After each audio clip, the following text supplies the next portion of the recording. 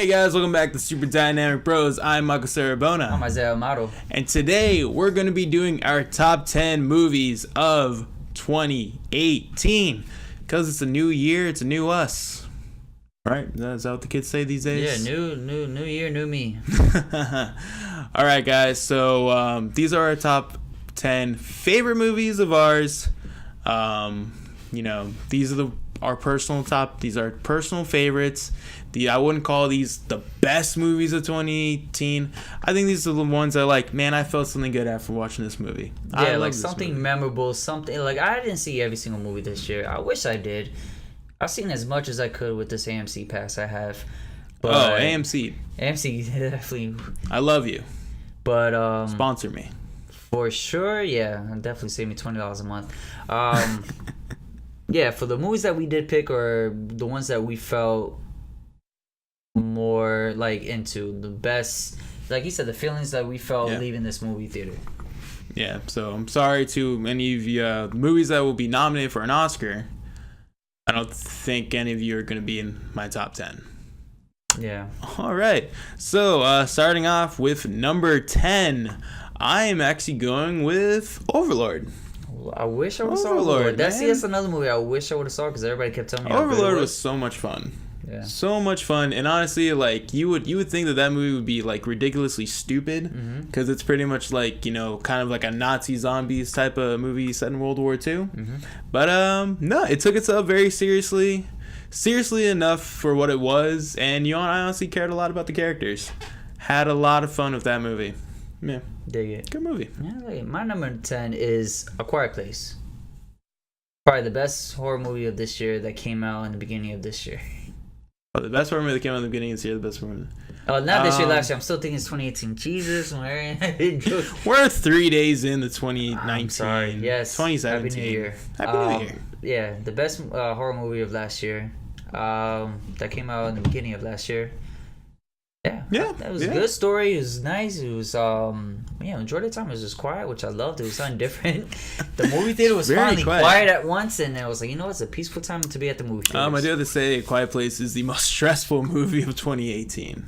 What? Watching? Yeah, oh man. My god, like Nancy, the entire time, like don't make any freaking noise. Exactly. Come on, Jim. Yeah, Jim fucking. But no, I love the chemistry. Of course, the husband and wives, they usually have best chemistry when working together. Yeah. But yeah, I enjoyed it. I liked his direction. Like, I think if he directs another movie, like, I hope he gets like passionate as he did with this one. I'm excited for his future. Yeah, I am. All right, so my number 9 is Black Panther. Wow. Yeah, man. My bad. Whoa, motherfucker! It's made it to the top 10. Like, come on. The number 1 solo superhero movie of all time. So made a lot of money. Good for it. Good for it. It made my top 10. So honestly, good for it. No, but Black Panther. I gotta say, more and more I watch this movie, more and more I like it. I honestly do, man. Black Panther. It really represents something great about the Marvel Cinematic Universe. It's got a great story to it, great lead character. Michael B. Jordan as Eric Killmonger is the second best villain of the MCU. Yeah. I mean, it's not saying much, but he was honestly really good. He's my favorite part about the movie. Yeah, definitely. And like we said too when we did our review, that's probably the best thing, where the villain is as memorable as the movie. Yeah. And could hold its own. But yeah, the movie does. Yeah, it did great things. I loved it. Movie's great, and it's great to know that the MCU is keeping itself really fresh. 18, 20 movies in. Yeah, not the cookie cutter. Oh, something's falling from the sky. Let's try to punch it. No, it was more of a not world-ending stakes to it, which was fine. Yeah, Black Panther, good movie, great movie. My number 9 is another quiet movie. I really enjoyed Alpha. Did not see Alpha. I liked it. The story is it's set in the caveman era. I don't know the proper names to anything anymore. The prehistoric era. Prehistoric caveman era. That's not at all right. I don't know. That did sound a lot better than mine's. Yeah, it's about a group, a family, clan, tribe, however you want to call it. The men go out hunting. For I think it was buffaloes or something, and then of course stampede happened. One gets lost, and they think once they think he's dead, and he runs into a wolf that's also injured. And it's just a visually stunning story of a kid and a guy and a wolf, like both injured, just trying to find their way home. And I saw this in IMAX, and it was really good. IMAX. I saw it and it looked amazing. I think what won me over a lot was just the visual art of everything, of the scenery and all that. Is it better looking than Life of Pi? Yes. Okay, I didn't see Life of Pi, so. Yeah, I saw a majority of it of Life of Pi. I get the brief understanding of Life of Pi, but yeah, it did look way better than Life of Pi. I get what Life of Pi means. No, but this looks good. The story was good. You can act your ass off when you don't have to say one word. Ooh, yeah. And you can just act with your face. It's kind of like WALL-E. Yes. Alright, he's a robot. And I'm not really big into subtitle movies, but when they had to speak in their language, I was very into the story. One of my movies later is completely in subtitles. Jesus. My number. So we're going on to our number 8. My number 8 is actually A Quiet Place. Yeah, we went over it. Yeah. Best horror movie of 2018. Like I said, best movie of 2018. Looking at you, fucking Hereditary. Oh, Winchester. Yeah, I didn't like you. I don't like it. Sorry. Insidious. Spoiler alert: Hereditary is not in my top 10. But yeah, Quiet Place, great movie. Honestly, it's funny to think he was Jim from The Office. Right, you go from comedy to director, but also for a horror direction. Yeah. First movie. I think he did a smaller movie like a couple years ago. But first mainstream. Yeah. Did a great job. Good job, Jim. Okay, my number 8. Is a good. Surprising enough, I was surprised enough. A great movie walking out of it. I didn't think how good this movie was gonna be, which is Searching. Ooh, did not see that. John Cho. Yeah, John Cho. John Cho, yeah. John Cho, yeah. I don't want to confuse him with another Asian guy. It happens a lot. I'm not proud of it. You'd be surprised.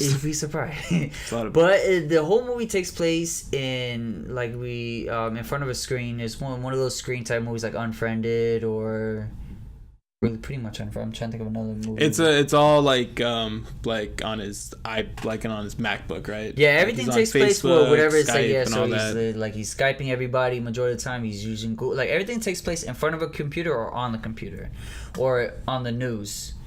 Like, you never see anything like actual video, which I thought this time it worked a lot better than all like the Unfriended movies and all that, or where it ends up being a gimmick. This time it used the movie to its degree, like to explain the movie far better than just me telling you like, oh, she's on the road now, oh, she's this and that. Like, no, you show me the map and you show me where she's moving through and then directions and all that.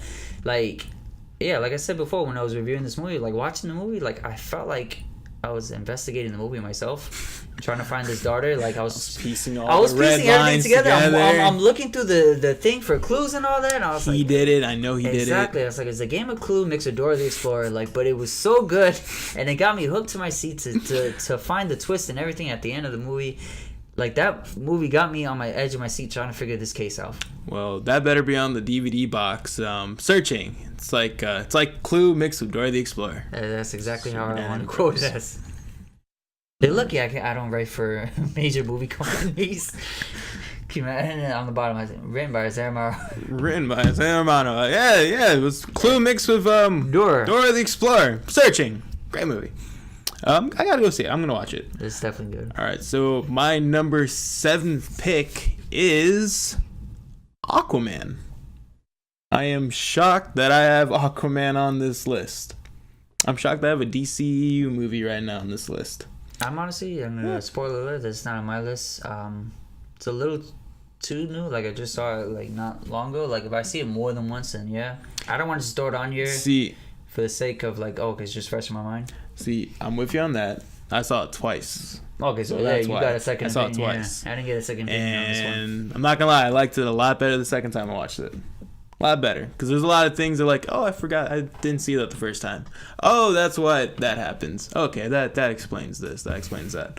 But yeah, honestly, sometimes it's just nice to have a really, really, really fun superhero movie, you know? Yeah, it's definitely what the DC movie was missing. Definitely what they were missing. Like, this is definitely like a right, like a right step in direction for them. Yeah, it wasn't a lighthearted as like not world taking as let's say Ant-Man and the Wasp was. No, like the world is gonna get drowned over here, but I did like I liked how like okay, this is a stake. It's not as big as Justice League's like Earth Shadowing, but it was good. It was there's fun. There's so many great visuals to the movie. Just the way it had to do all the underwater stuff, all the costume design, everything. Like it almost kind of feels like kind of like when Avatar first came out. Like holy crap, how did they do this? It's kind of how I'm feeling about Aquaman. Like how did they do all this underwater stuff? I'm so glad they didn't go through that whole talking through bubbles. Man, I watched Justice League a couple days ago. Lord, why? Why? Because I want to do that comparison. It's like, okay, how did they do stuff in Justice League compared to how they do it in Aquaman? And you can tell that they wiped the whole slate clean with Justice League. They're like, nah, we're not doing any of that crap. I don't understand what happened. I mean, looks so different. It looks way better, and I feel like there was more passion into this movie. So much. You can really tell that James Wan definitely did not have any interference in his production. Like everything that he wanted showed up on screen, which I think is what needed to happen because he's a genius. He is. I mean, going from horror to action like this, and yeah. And he did one of the best Fast and Furious, Fast 7. Was it Fast 7? He was Fast 7, yeah. Paul Walker's last. You only did that one? Yeah. Okay, I'm thinking of the other guy that did 5 and 6. No, it's what's that guy? Justin Lin. Justin Lin. Yes. That's why I don't name Asian names. I'm sorry. All right, racist fuck. I might be racist. I'm sorry, but see, I would have thought it was the same guy. My bad. All right, what's your number 7? 5, 6, 7. Bohemian Rhapsody. Ooh, love that movie. I love that one. I'm sorry. It was a good. It was a good like I don't know how you call it, documentary. Not even a documentary. It was biopic. Biopic. That's what I was like. It's a good biopic. I like. Some movies could do this. Some movies can't. Like the Straight Outta Compton was a good biopic. Because I felt like it was a good story first, and then you threw the songs in there, and then like you get other ones like the Tupac one where it's just shitty story, but it's like you focus more on the music. This one, it was a good movie, good story, and it just had a great soundtrack. Yeah, no, I mean I can honestly say probably the best soundtrack of the year. Which is all old songs. It's all Queen songs that you heard of. Like if you heard Queen, like you've heard all the songs. They just have a great track list, and it's just perfect for a movie. And I mean everything, like the performance of Rami Malek as Freddie Mercury, like he was a second pick because it was supposed to be Sacha Baron Cohen at one point. But honestly, man, I liked him a lot in this one though. I like his direction on this one, his acting on this one, his convincing of this one. And then just like Bryan Singer's like vision of this movie is just... Yeah, Bryan Singer. Bryan Singer, yes. You forget that he did do the fucking movie. Can't bring up his name as much anymore. I'm sorry, but Bryan Singer. But he did do a good job, though. I got to give him credit where credit's due, and he did do a great movie. You're a shitty guy, but good job. I mean, it's better than the X-Men movies you're doing. Ooh. Anyways. Yes. All right, so now on to our number 6 pick. It's actually a movie I saw fairly recently, but honestly kind of blew me away. It's a Netflix movie. Guess what? Not Bird Box. It's called The Night Comes For Us. The Night Comes For Us, yes. It's made by a lot of the same... It's an Indonesian action film made kind of from the same people that did The Raid. I don't know if it's the same director, but it's definitely like probably the same stunt choreography and stuff. And it's about like this triad assassin saves this little girl from being executed, and he's on the run with her. And it's just crazy fight scene goes from crazy fight scene with like a lot of like, it almost kind of feels like a comic book at certain points, because you get like a lot of like very like over exaggerated like villain type of characters with like specialized weapons and stuff. Really? That sounds like an anime to me, but yeah, like an anime, like, you know, like you get like people with like cool different style weapons and crazy different style of fighting and stuff. Honestly, like, and it's 2 hours long. It definitely has a great pacing to it because it's great action scene after great action scene. You know, you got some car stuff, got some fight scenes, cool shootouts and stuff. honestly, like it made me feel the way that I felt after I watched The Raid for the first time. Really? Just blown away by what they can do. And the world that they build? And the world that they build. And like, how'd you not hurt yourself doing this? How are you still alive at this point? Like, honestly, I highly recommend it. I cannot believe that I was like, fuck, you just made my top 10. And just it's like number that. 6, just like just that. like that, man. Just like that. I know you said before, like, don't put something fresh, but like, oh my god. Yeah, that's why I don't like to rank movies like after I just saw them, because I don't know, I just felt like it just needs some time to marinate. Because I will change my view on some movies.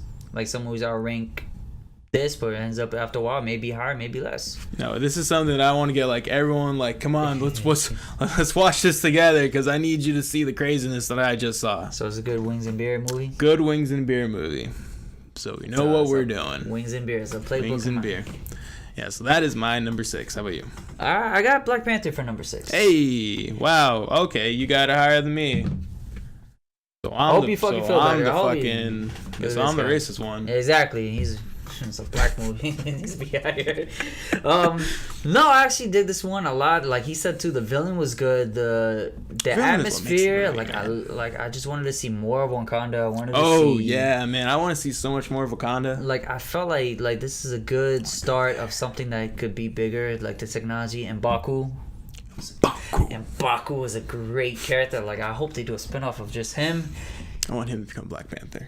He's too dominant. Can you imagine like the strength he will get? No, that's why it'd be awesome. He can't even be a panther. He would just be like just a giant gorilla. Like when he becomes the strength of a gorilla. When he becomes man-ape. Oh yes, the strength of man. Yeah. Boy, I don't know how the hell they didn't come up with that. I mean, they kind of had man-ape there, but yeah, I mean without calling him man-ape. But yeah, no, I like it. I love Chadwick Boseman. Yeah, he's good. You know, it's funny that he's so good, but he's also the least interesting person in the movie. No, his sister's freaking really amazing. Sister's great. Michael B. Jordan's great. Ulysses Claw. He's so good. I hate that they killed him off in the movie, but I just loved him. I know. It's kind of upsetting. That's why the movie's at number 9, motherfucker. But I digged it. That's my number 6. What is your number 5? We're halfway done with this list. My number 5, I'm going with Spider-Man Into the Spider-Verse. I have to say, did not expect this one to be this good. That was a good movie. Did not expect it to be probably not only one of the best Spider-Man movies, but probably one of the best comic book movies. I love the art style. I hope no other company takes it, and I hope Sony doesn't overuse it. But I love the visual. I saw it in 3D. Oh, lucky, man. I wanted to. And it just looked beautiful in 3D. I love, like, going back to the art style. I just love the mixture of, like, different art styles. Yeah. Into one movie, you know? Because, like, it's different. It's multiple universes kind of colliding into one. Mm-hmm. So you have, like, the 2D animation with Spider-Pig and, like, you know, the anime style with Penny Parker. Yeah. Like, I love that you're able to, like, mix all this in together with a very cohesive story about Miles Morales. I think the best representation of Miles Morales. I'm so glad that he was the main focus of the movie instead of Spider-Man. And not Spider-Man. Mm-hmm. Like, I loved all the things that they did with Spider-Man with both Peter Parkers. Yeah. In the movie, I thought it was just brilliant how they did it. Kingpin felt like a comic book villain. Felt like a comic villain, but Kingpin, like, he also, like, kind of like in the Daredevil TV show, like, he felt like a sympathetic villain. Yeah, but also extremely evil. A person with rhyme and reasons to what he's doing, but someone you could kind of care for and understand what he's going through, but you're going about it in the wrong way. And that's what I say about a lot of movies, where if you could understand the villain and understand his side of the story, but just know that he's going about it in the wrong way, then that's a good villain. Yeah, that's why Killmonger was such a great villain. That's why a villain that we're going to be talking about later is probably one of the best villains of all time. Like, it's just like your story is as good as your villain. Mm-hmm. And with Kingpin, like, it was a very sympathetic story to him, where, like, okay, I understand what you're doing. It's not right, but I get it. If I was in your shoes, I'd probably be doing the same thing. Yeah, I just don't know. Emotions are everything. Yeah. And this one had a lot of emotions. And I will have to say it's a great soundtrack, too. Yeah. Surprisingly great soundtrack. Who was not expecting it. We'll definitely talk about it more later. Spider-Man to the Spider-Verse. What is your number 5? My number 5 is Ready Player One. Honorable mention for me. This was my most anticipated movie of 2019. Of 2018. Look, I'm a year ahead, I'm a year behind. I don't know who the fuck I'm at right now. It was so good that we went back in time. It's my most anticipated movie of 2018. I was happy going into it. Yeah, if I had a number 11 spot, I was definitely happy going into it. I was happy leaving it. I saw it on the biggest screen I could, and I just loved every minute of it. I saw it again and again.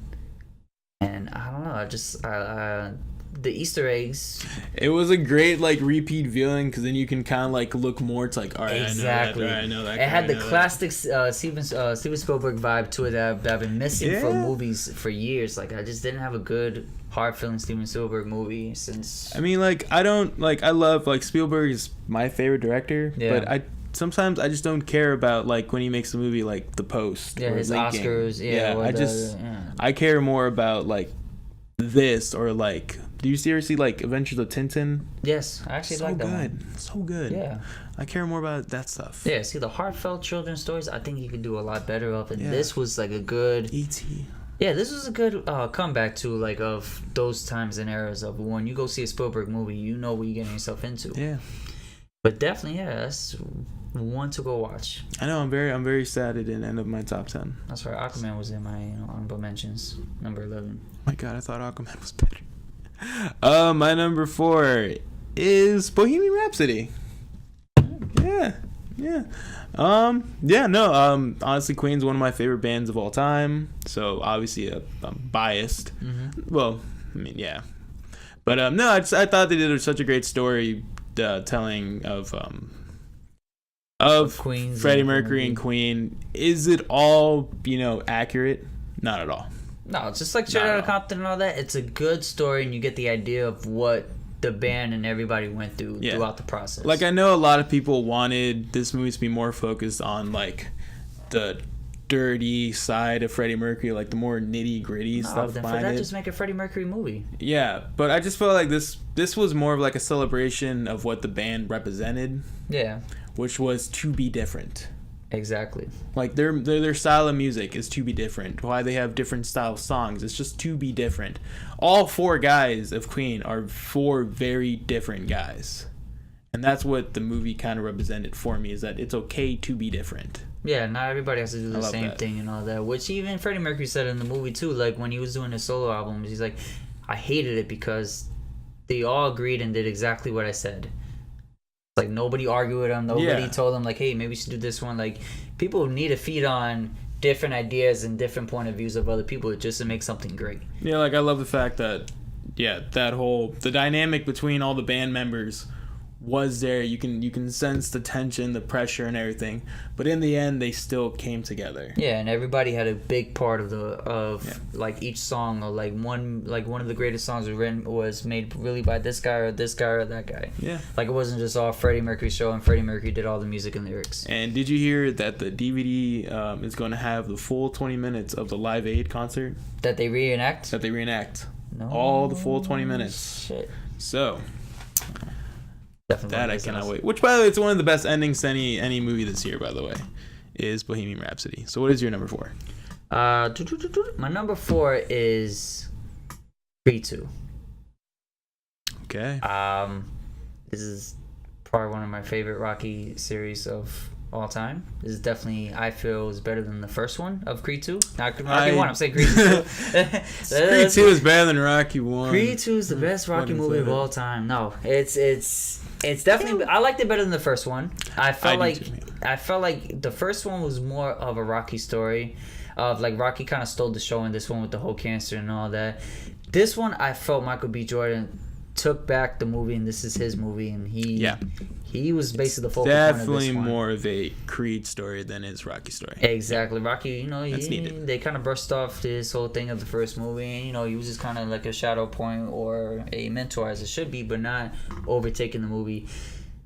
I love the villain style of this one. Like how the beginning of the movie started off with the villain or the bad guy, I guess, Dragos, the antagonist. Yeah. Of the Dragos and seeing their life and all that, what happened after Rocky 4, and which everybody kind of pictured too. I'm like, okay, like you just lost in your country. What's next for this guy?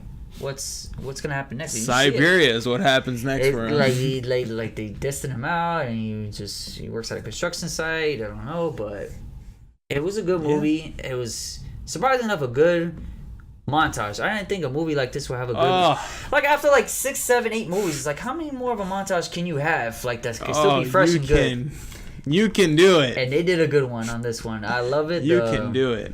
Of course, the Drago and Creed was like 2 different sizes. I mean, in reality, it shouldn't work, but it did. I'm looking at him like such unrealistic boxing, but I don't 4 care. inches over him. You got an arm length of more than 2 inches more than him. You weigh at least you look like a mountain. Exactly, you weigh at least a good 30 pounds over him. I don't know how.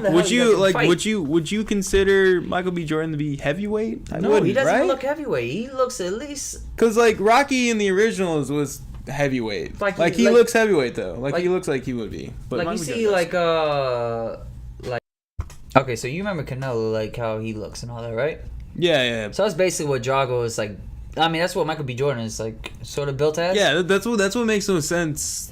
Like I know I said it before, but like, all right, like Rocky looked like a heavyweight in the original. Yeah, I'll give him that. Michael B. Jordan's. I mean, he's so buff. Don't get me wrong. But he's slim. He's really slim though. Like he looks more like Speed. Exactly. He doesn't look like a 230 pounder, 240 pounder. Mm-hmm.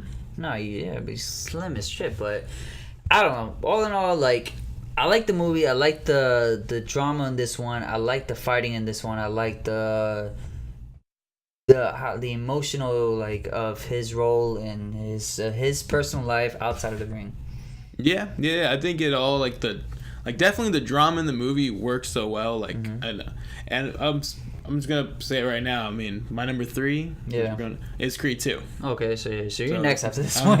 So you want to keep talking about what's your number 3? I mean, we talk enough about Creed 2, but I will add that I think that the all the performances overall, even with like Ivan Drago's kid, who's a boxer in real life, is an athlete, but fucking great performance in the end. Yeah. Dolph Lundgren, this is Dolph Lundgren's comeback year. No, between this and Aquaman. Yeah, it's kind of crazy. And I think if this is Stallone's last movie, like he says it is, for Rocky, retiring the Rocky character, I think this is the perfect way for Rocky to go out.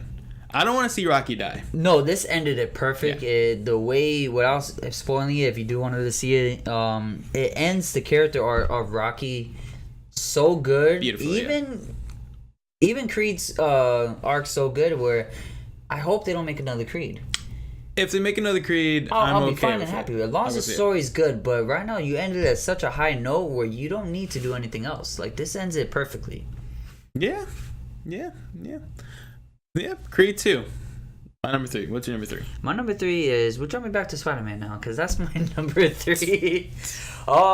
Anything else I said I didn't say, which I did enjoy the movie so much, and the way, like he said, it focused a lot on Miles Morales and all that, and I kind of wish that they do more stories like this, like take outrageous stories from Spider-Man's past, even if it has nothing to do with Miles Morales, just do spin-offs and stuff of, like, let's say the perfect Chris Pratt or Chris Pine's Spider-Man, or you want to do the 50-year-old Spider-Man, cool, but just it was so crazy how that was Chris Pine. Like, I'm watching the movie, like, I know that voice from somewhere. I felt the same way, too. When I heard the voice, I was like, Chris Pine.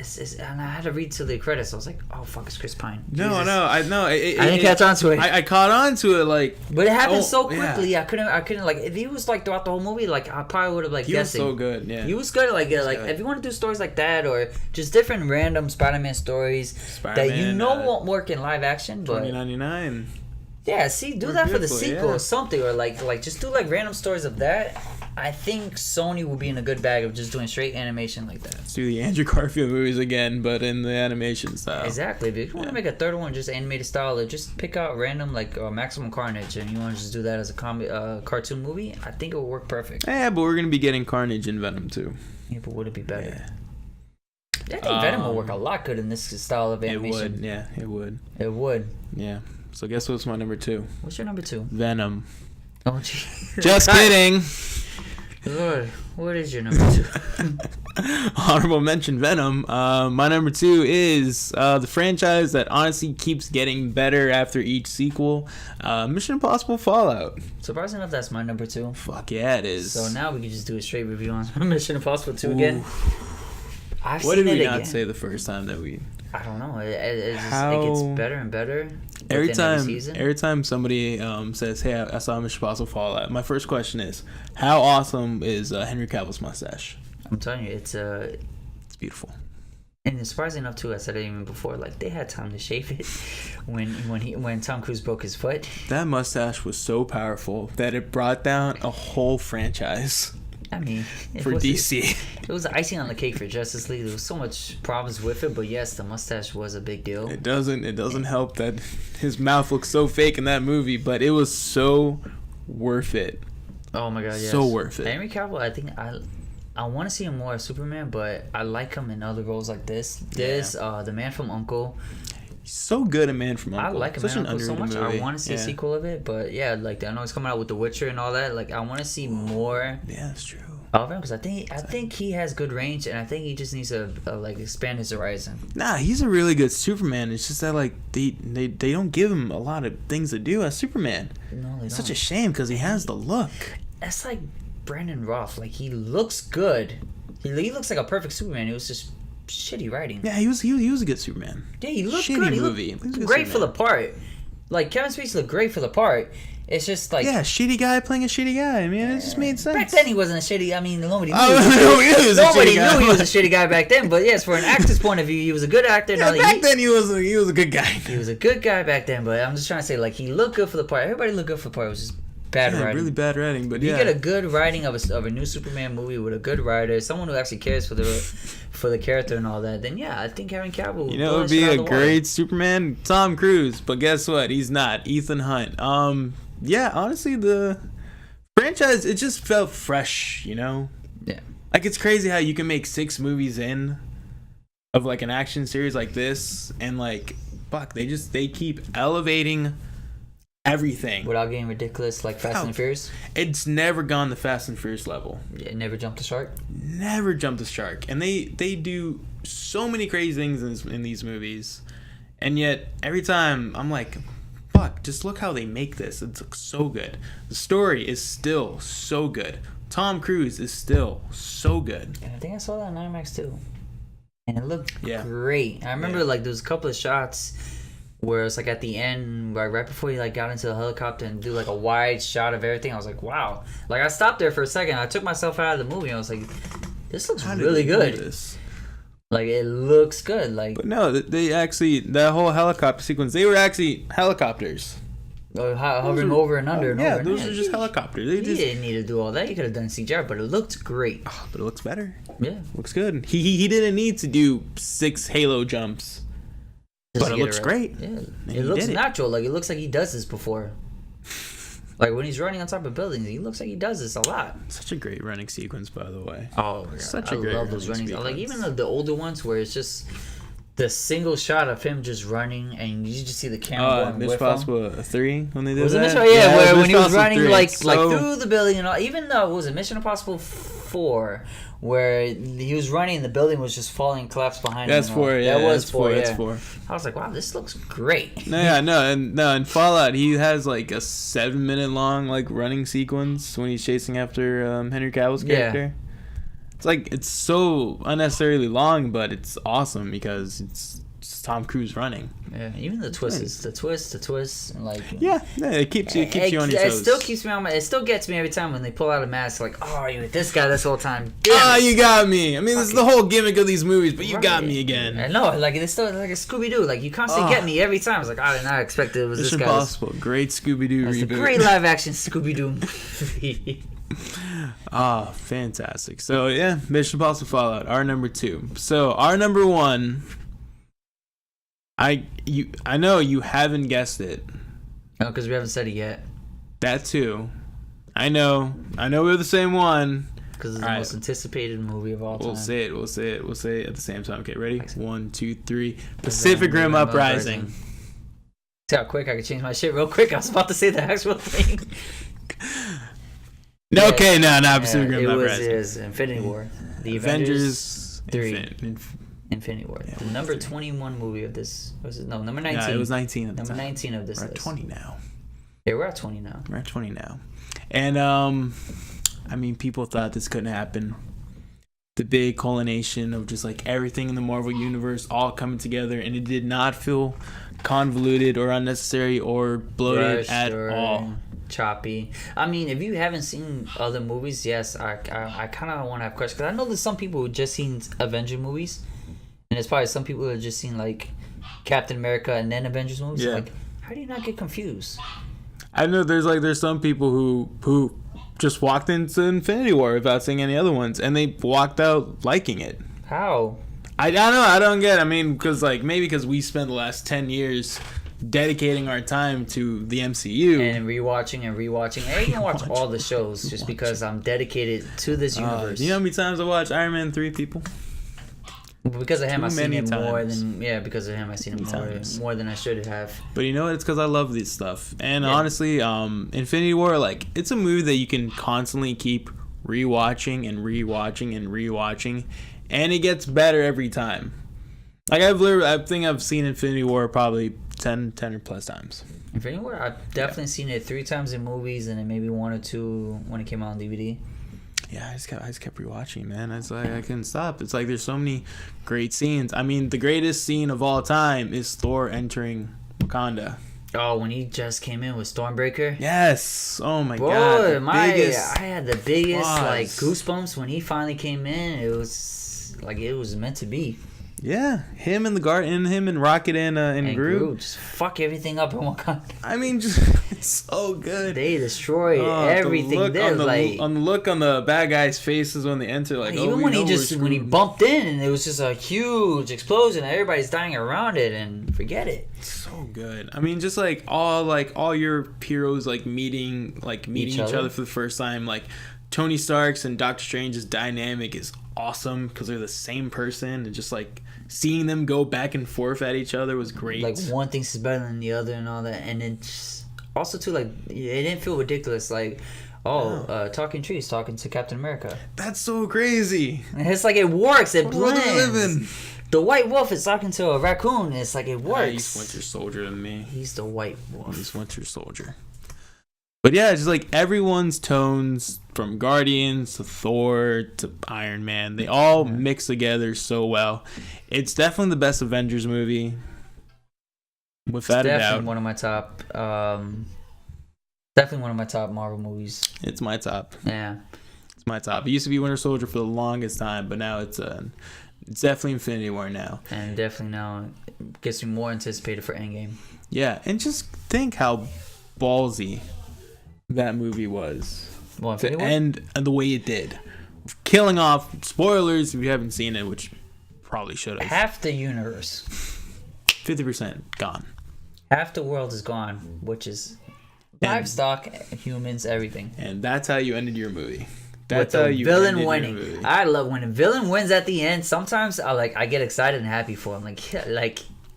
You never really see it a lot. Like, I'm expecting, they defeat the animals, they'll put them away, they'll kill them. They'll lock Thanos up. They'll lock him up, prison. And the next movie he comes right back out. Like, nope. He wins, he leaves. He did exactly what he was going to do. Maybe not the exact style he was going to do, but he finished it right at the end. No, every way that Thanos said he was going to do something, did it. He's a man of his word. Get it done. You want to know why? Because he had the will to do so. And the stones. Big stones. Massive 6 stones. Yeah. Wow. That was 10. Those are number 1. I say that was 10 movies. Oh. Yeah, that was 10. that was 10. That was our 10 right there. Those are our top 10 movies of 2018. Guys, what do y'all think is going to be for 2019? What's your most anticipated? I mean, it's got to be Endgame. Yeah. It's got to be Endgame. And I do have to say, I'm very curious of where Star Wars 9 is going to go. The last of the trilogy? Yeah, because I don't know where you pick up after Last Jedi. I don't know if he's going to just retcon everything that just happened in 8, or can he just roll the dice and kind of scrub through it and just work with it? Or See, I have more faith in it because it is JJ. yeah, but can JJ fix a broken lamp? I think JJ can do it. I mean, you could glue everything back together, but it's still a broken lamp. It's not completely broken. I mean, it's not complete. I mean, he built the lamp, it broke. Oh no, yeah, no, it's kind of broken. And then you have to like kind of like glue everything back together to make it work. I don't know. I have a lot might as well just buy and try to pretend the lamp never broke. Time travel. Time travel, maybe. I don't know. That's how we do everything in movies. We just time travel it. Yeah. I don't know. I'm excited to see what JJ's gonna do with 9. I'm excited to see where those characters go, where those characters end. I'm excited to see the real truth behind Rey's parents and who Snoke was. They're not bums. They're not bums. Fuck off, Rian They're just Johnson. lying. Bullshit. Yeah. I'm excited to see Luke back as Luke. I'm excited to see Rose. Yeah, Rose is in that. Yeah. Huh. And Finn. Yeah, she's okay. I like Finn. I like Poe Dameron. I like Poe in the first one. I like Poe in the second one. Fucking What? He was trying to... It was a hothead.